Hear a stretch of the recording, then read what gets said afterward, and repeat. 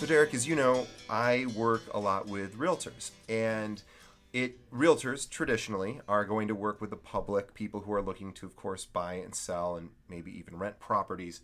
And one of the big recommendations that I have to all of the realtors I work with is, hey, you should do your own investing.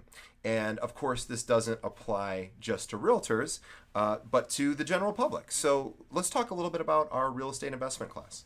Yes, well, DJ, one of the things, I've been a long-time investor with both my legal and accounting background. I said, let me learn how to invest myself. And I think that this real estate investment course, we began by teaching you about issues such as analyzing your cash flow. When you're first looking at a deal, how to analyze the cash flow from that deal. What's the difference between investing in a 2 to 4 unit versus a single family home? So these are the kind of things that we begin with for the investor. Well, and I'll even add on to that.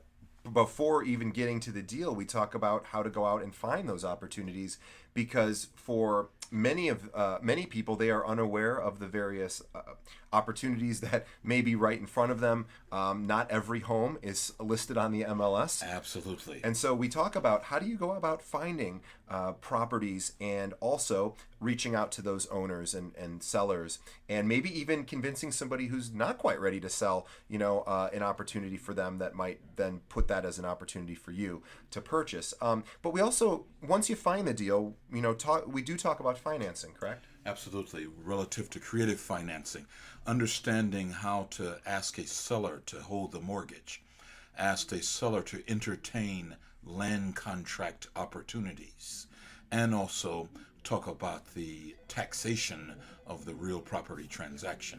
Very important as well. So one of the questions that I get consistently from realtors that I know who want to do their own investing, and of course, as I've mentioned, this is not a course strictly for realtors. In fact, most of our students are not realtors or brokers. Though we may encourage them to find that license too. However, one of the questions I get is, boy, I'd love to do some real estate investing. I don't have the capital myself.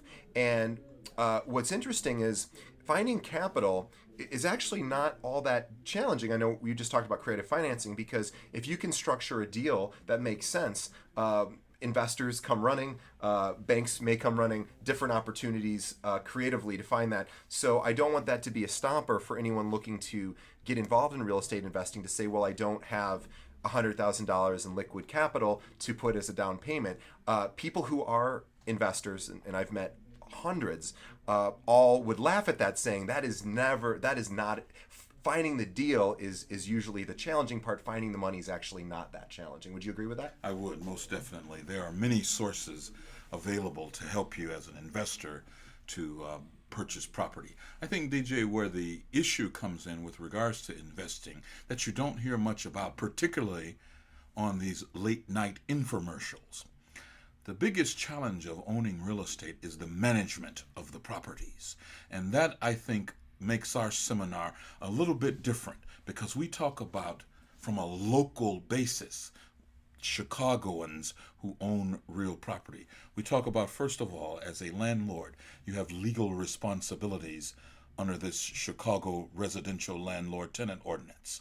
We talk about effective ways to evaluate and hire a property manager.